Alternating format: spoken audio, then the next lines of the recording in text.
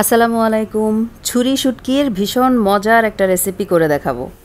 রান্নাটা খুবই সহজ। তো রান্নাটা করার আগে শুটকিটা প্রসেস করে নিতে হবে। শুটকি মাছটাকে আমি কেটে নিচ্ছি, মাথাটা আলাদা করে নিলাম। চাইলে কিন্তু এই মাথাটা দিয়ে ভর্তাও করা যায়, যদিও আজকে আমি রান্না করে ফেলবো, ভর্তা করব না। তো মাছটাকে ছোট টুকরা করে কেটে নিচ্ছি। আর আজকে যে রেসিপিটা করছি সেটার জন্য শুটকি মাছটা এরকম টুকরা টুকরা করে কেটে নিলেই কিন্তু বেশি ভালো হয়। তো সাইড থেকে বাড়তি অংশ যেগুলো ফেলে দিব সেগুলো কেটে নিলাম, লেজের অংশটাও কেটে দিলাম। পুরোটা মাছ কেটে নিয়েছি। এখন এই মাছগুলোকে শুকনা তাওয়ায় হালকা করে টেলে নিতে হবে। মাছের মাথাটাও ভালোভাবে ক্লিন করে নিব যখন ধুবো তখন। তো একটা ফ্রাই প্যান বসিয়ে গরম করে নিয়ে তার মধ্যে শুটকি মাছগুলো দিয়ে দিলাম। চুলার আঁচ হাই আঁচেই আছে। 4 থেকে 5 মিনিট সময় নিয়ে মাছটাকে নেড়ে চেড়ে একটু টেলে নেব।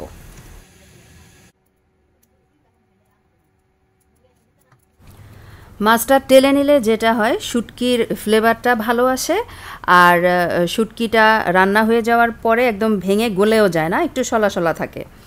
এই জন্য শুটকিটা টেলে নেয়া। শুটকিটা টালা হয়ে যাওয়ার পর এর মধ্যে নর্মাল তাপমাত্রার পানি দিয়ে দিলাম। এই পানিটার মধ্যেই মাছগুলোকে এখন সিদ্ধ করে নেব। খুব বেশি না, এই 5 মিনিটের মতো সময় নিয়ে সিদ্ধ করে নিব। এরপর ঠান্ডা হয়ে গেলে মাছগুলোকে খুব ভালোভাবে নর্মাল তাপমাত্রার পানি দিয়ে পরিষ্কার করে নিব। খুব ভালোভাবে আমি ধুয়ে নিয়েছি, কারণ শুটকিতে প্রচুর বালু ময়লা থাকে, তাই শুটকি মাছ খুব ভালোভাবে ওয়াশ করতে হয়। এবারে মূল রান্নাটা বসাবো। তার জন্য সয়াবিন তেল নিয়ে নিলাম, সাথে দিয়ে দিলাম একটু তেজপাতা আর বেশ কিছু রসুন। হালকা একটু নেড়েচেড়ে এর মধ্যে দিয়ে দিব আদা রসুনের পেস্ট। আদা রসুনের পেস্ট আমি 1.5 চা চামচের মতো ব্যবহার করেছি। হলুদ পাউডার, মরিচ পাউডার, ধনের পাউডার, জিরার পাউডার সব কিছুই দিয়ে দিলাম পরিমাণ মতো। সামান্য একটু পানি দিয়ে মশলাটা নেড়েচেড়ে কষিয়ে নিচ্ছি। শুটকির পরিমাণের উপর আসলে মশলাগুলো অ্যাড করতে হবে বুঝে, তাই মশলার পরিমাণটা আমি সেভাবে বলছি না। মশলাটা ভালোভাবে কষিয়ে নেওয়ার পর এর মধ্যে শুটকি মাছগুলো দিয়ে দিব।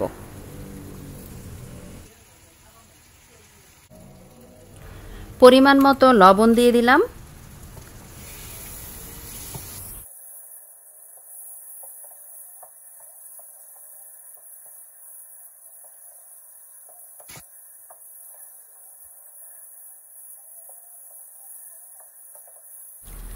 শুটকি মাছগুলোকে মশলার সাথে খুব ভালোভাবে নেড়ে চেড়ে রান্না করেছি 2 মিনিট।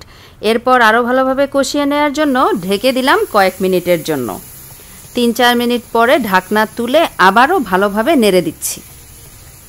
এ পর্যায়ে মাছগুলো সিদ্ধ হওয়ার জন্য আমি পরিমাণ মতো পানি অ্যাড করব। পানি খুব বেশি না, শুটকি মাছটা যেন সিদ্ধ হয়ে যায় সেই পরিমাণ বুঝে অল্প একটু পানি দিয়ে দিলাম। এবারে ঢেকে দিব, আরও কয়েক মিনিট রান্না করে নিব। আর মাঝে অবশ্যই নেড়ে দিতে হবে যেন তলা থেকে পুড়ে না যায়। আর চুলার আঁচটা আমি মিডিয়ামে রেখেছি।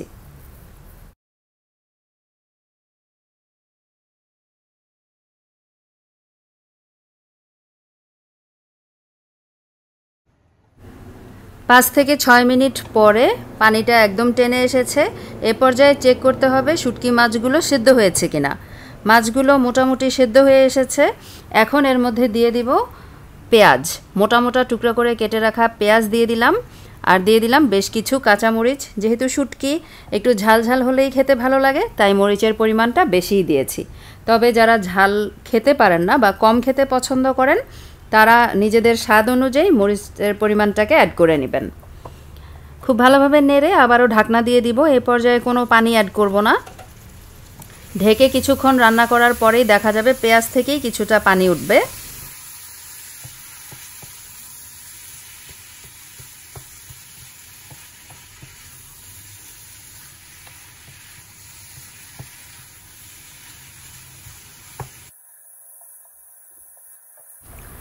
খুব ভালোভাবে উল্টে পাল্টে পেঁয়াজগুলোকে নেড়ে মিশিয়ে দিলাম মশলা আর শুটকি মাছের সাথে। এ পর্যায়ে আবারও ঢেকে দিব আর চুলার আঁচটাকে মিডিয়াম থেকেও কম করে, মানে মিডিয়াম টু লো করে রেখে রান্না করব কয়েক মিনিটের জন্য।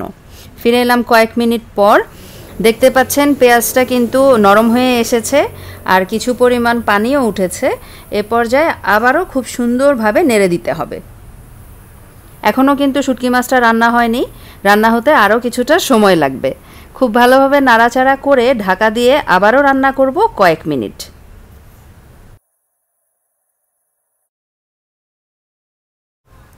ঢেকে দিতে হবে আর কিছুক্ষণ পর পর ঢাকনা তুলে নেড়ে দিতে হবে।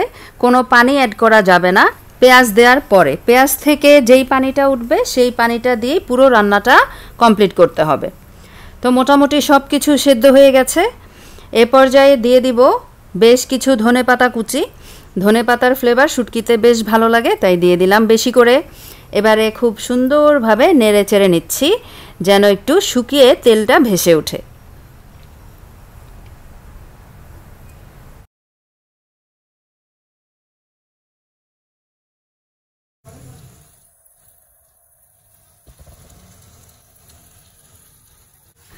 এই তো হয়ে গেল আমার আজকের রেসিপি, মজাদার ছুরি শুটকির ভুনা। এইভাবে ভুনা করে সাদা ভাত দিয়ে খেতে কি যে অসাধারণ লাগে। রেসিপিটা ট্রাই করবেন আর আমাকে কমেন্ট বক্সে জানাবেন যে কেমন লাগলো।